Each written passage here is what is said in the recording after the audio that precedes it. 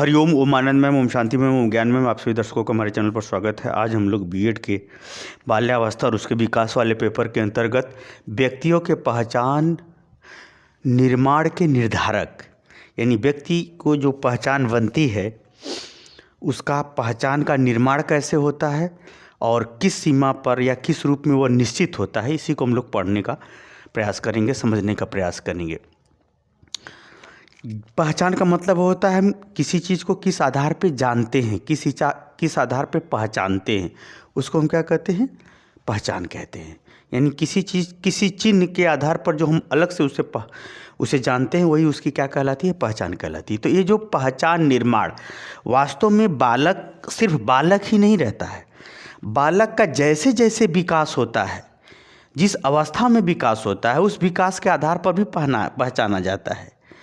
तो कुल मिला के अगर हम बात करें, पहचान निर्माण का तात्पर्य हुआ कि विकास की प्रक्रिया के अंतर्गत, वह विकास की प्रक्रिया शारीरिक, मानसिक, सामवेगिक किसी भी प्रकार की हो सकती है, क्योंकि जिस प्रकार का वह कर्म करेगा उस हिसाब से उसके पहचान का निर्माण बनेगा। जैसे होता है ना, बच्चा जिस कक्षा में पढ़ता है उस कक्षा के हिसाब से परीक्षा देता है, उस हिसाब से उसकी पहचान बनती है कि फर्स्ट क्लास पास है, कि सेकंड क्लास पास है, कि थर्ड क्लास पास है, कि फेल है।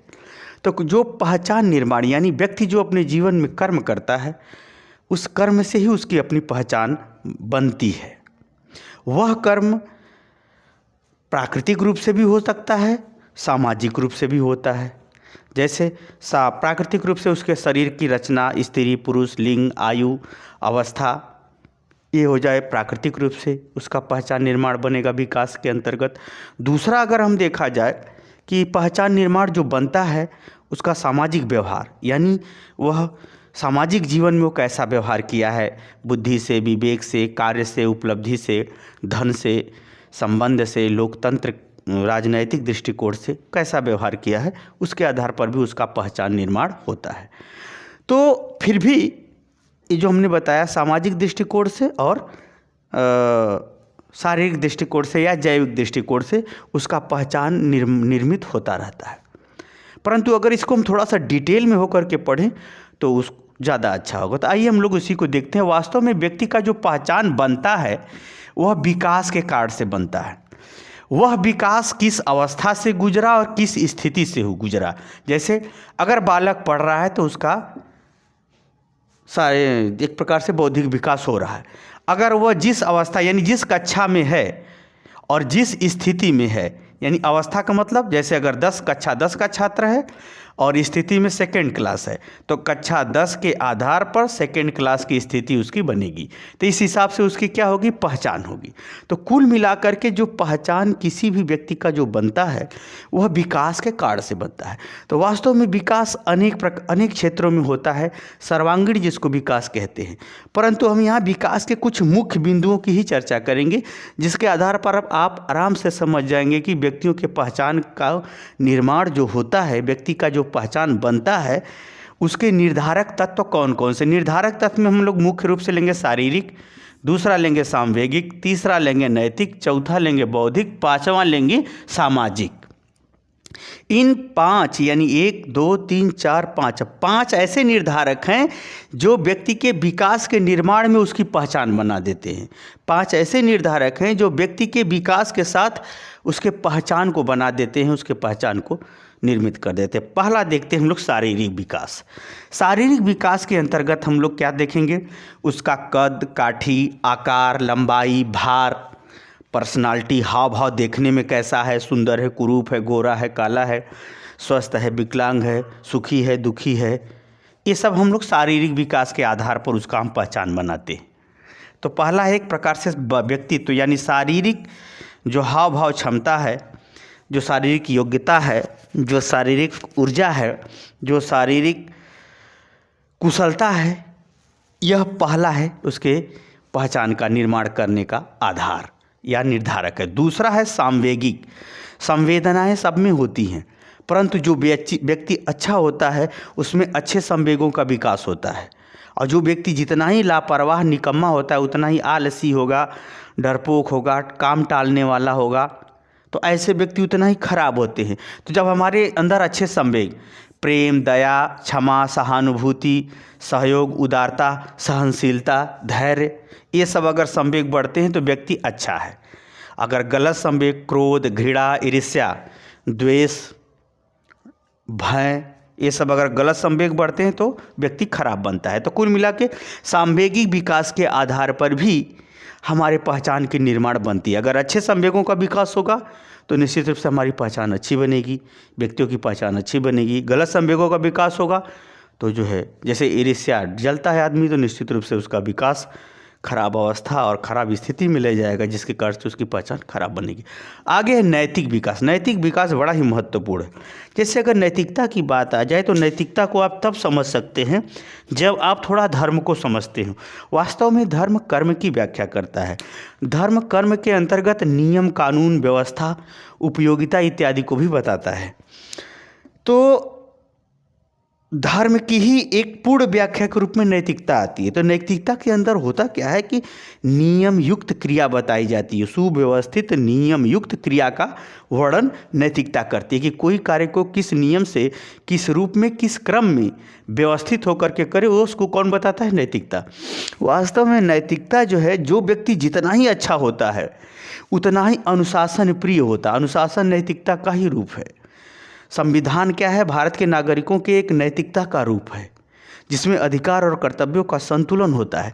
तो नैतिकता कार्य के उत्तम रूप में, उत्तम अवस्था, उत्तम नियम के साथ करने की विधि को बताता है। तो जो व्यक्ति जितना ही नैतिक होता है उतना ही अच्छा होता है, उतना ही उसका विकास होता है। वास्तव में इस संसार में जितने भी महान व्यक्ति हुए हैं सब अनुशासन के साथ जीवन जिए हैं। वह स्व अनुशासन के साथ जिए हैं और उनका स्व अनुशासन इतना बड़ा था कि पूरे समाज के, पूरे देश के, पूरे विश्व के कल्याण के काम आया। तो यहाँ जो नैतिकता है, यह जो व्यक्ति जितना ही नैतिकता का विकास करके, नियम और अनुशासन का विकास करके उसका अपने जीवन में पालन किया है, उस व्यक्ति उतना ही महान हुआ है। तो हमारे नैतिकता, अच्छे नियमों का पालन, नैतिकता दो ढंग की होती है। जैसे चोरों का भी अपना नियम है, भ्रष्टाचारियों का भी अपना नियम है कि इस क्रम से चलो, अगर कोई विरोध करेगा तो इस ढंग से फंसा देंगे हम उसको। तो डिफाल्टरों का भी नियम होता है, अच्छे लोगों का भी नियम होता है। तो यहाँ अच्छे नियमों की बात हो रही है। जैसे भारत में कोई भ्रष्टाचार का विरोध करेगा, सब मिलकर उसकी नौकरियाँ खा जाते हैं। तो नीचों का अपना नियम होता है कि कैसे आदमी फंसेगा। उसी तरह से अच्छे की चीज़ों का भी नियम होता है। तो जो अच्छे नियमों का पालन किए हैं, अच्छे नियमों के पालन के संग अपने कर्तव्य को पूरा किए हैं, जिसके कारण से उनका विकास हुआ है, उसके कारण से भी उसका पहचान होता है। जैसे गांधी जी नैतिकतावादी बहुत ज़्यादा थे, इसलिए गीता जी को ही आधार मानकर पूरे विश्व में अपने व्यवहार को प्रस्तुत किया और सबसे कहते रहे कि नहीं, यह ऐसा ग्रंथ है जो मानवीय मूल्यों की स्थापना करता है, सबको पढ़ना चाहिए, सबको समझना चाहिए। तो कुल मिला के नैतिकता का जितना ही, अच्छे नैतिकता का जितना ही विकास होगा उतना ही आपकी पहचान निर्मित होगी। यानी आपके पहचान के निर्माण का एक आधार नैतिकता भी है या निर्धारक नैतिकता भी। अगला है बौद्धिक। बुद्धि बड़ी महत्वपूर्ण चीज़ होती है। बुद्धि क्या है? जिससे हम किसी समस्या का विषय में सोचते हैं, समझते हैं, याद रखते हैं, जानते हैं, तर्क करते हैं, समझते हैं, याद रखे रहते हैं, वो सब क्या है? बुद्धि की बौद्धिक क्षमता। बुद्धि बहुत बहुआयामी प्रक्रिया होती है जिसमें याद रखना, समझना, बोलना, बताना, सही मिलान करना, अंतर को समझना, सत्य को पहचानना, जानना, तर्क करना, चिंतन करना, ये सब सारी क्रियाएं बुद्धि की होती है। तो बुद्धि, जितना ही व्यक्ति के अंदर बुद्धि का विकास अधिक होता है उतना ही जो है उसका जो है पहचान उच्च स्तरीय बनती है और अच्छी बनती है। क्योंकि हर परिस्थिति में बुद्धि की बहुत ज़्यादा ज़रूरत है, क्योंकि बिना बुद्धि के आदमी जानवर की तरह हो जाता है। तो बुद्धि हो, स्वस्थ बुद्धि हो, मानव कल्याण युक्त बुद्धि हो, व्यवस्थित बुद्धि हो और दायित्व को उठाने वाली बुद्धि हो। कितने लोग बुद्धिमान होते हैं, कामचोर हैं, बुद्धिमान है, चोर घूसखोर हैं, तो उनके पतन का कारण बन जाती है। यही कारण है कि भारत में बहुत सारे IAS PCS है, लेकिन रिटायर होने के बाद कोई पूछता ही नहीं, क्योंकि उसकी बुद्धि सफलता के बाद राक्षस की तरह से हो गई है। बुद्धि का प्रमाण आपके अच्छे कर्मों से ही होगी। जब आप अच्छे कर्म करेंगे तब लोगों का भला होगा, तो आपकी बुद्धि से लोग जुड़ेंगे।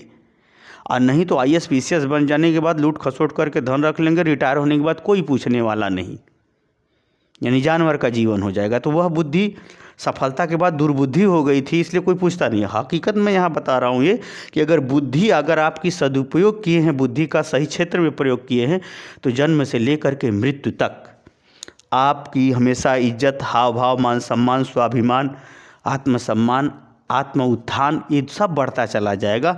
आपकी पहचान उतनी ही अच्छी, व्यवस्थित, व्यापक बनेगी। आगे अगर देखें, सामाजिक विकास भी आपके पहचान का निर्धारक बनता है। सामाजिक विकास के अंतर्गत सभी गतिविधियां आ जाती हैं। संबंध हो, चाहे वो समाज व्यक्ति के बीच हो, चाहे आर्थिक संबंध हो, सामाजिक संबंध हो, राजनैतिक संबंध हो, या समाज में जो रीति रिवाज, मूल्य, परंपरा है वो सब, यानी सामाजिक विकास भी आपके पहचान का निर्धारक बनता है। समाज की जितनी भी बातें हैं उसको स्वीकार करना, गलत चीज़ों को दूर करना, गलत चीज़ों के खिलाफ संघर्ष करते हुए अच्छी चीज़ों की स्थापना करना, ये सब सामाजिक विकास का ही रूप है। वास्तव में व्यक्ति का जो विकास है, जन्म है, वो समाज में ही होता है। तो व्यक्ति जितना ही उसका सामाजिक चेतना, जागरूकता, समझ, समाज के प्रति समर्पण, समाज की सेवा, संयम, समाज के नियम कानून को जितना ही वो फॉलो करता है, समाज की गतिविधियों के अंतर्गत जितना ही वह समाज के कल्याण हेतु ज़्यादा प्रयास करता है, या समाज की अच्छी चीज़ों को बढ़ाता है, गलत चीज़ों को निगलेक्ट करते हुए समाज का हमेशा शोधन करता रहता है, ऐसा विकास भी क्या करता है, व्यक्ति के पहचान का निर्धारक बनता है या निर्माण का आधार बनता है। क्योंकि सारा कुछ समाज में ही होता है, तो समाज को जो देता है उतना ही वो महान होता है।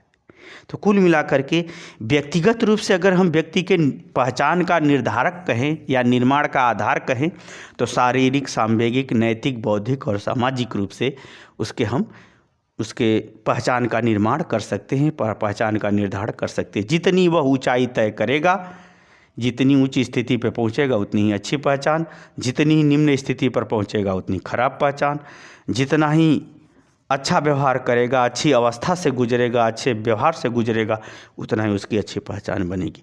तो सारा कुछ व्यक्तियों की जो पहचान का निर्माण होता है वह विकास के कारण से होता है। वह विकास विभिन्न परिस्थितियों से, विभिन्न अवस्थाओं से होकर के गुजरता है। तो जिस स्थिति, जिस अवस्था से वह गुजरता है, उस स्थिति, उस अवस्था में उसकी पहचान बन जाती है। तो मुझे उम्मीद है कि व्यक्तियों के पहचान का निर्माण का जो निर्धारक है, यानी जो स्थिति है या जो आधार है, आप उसे आराम से समझ गए होंगे। समझ गए हैं तो कमेंट बॉक्स में ज़रूर बताइए। साथ ही मेरे चैनल को लाइक, शेयर, सब्सक्राइब कीजिए। हरिओम।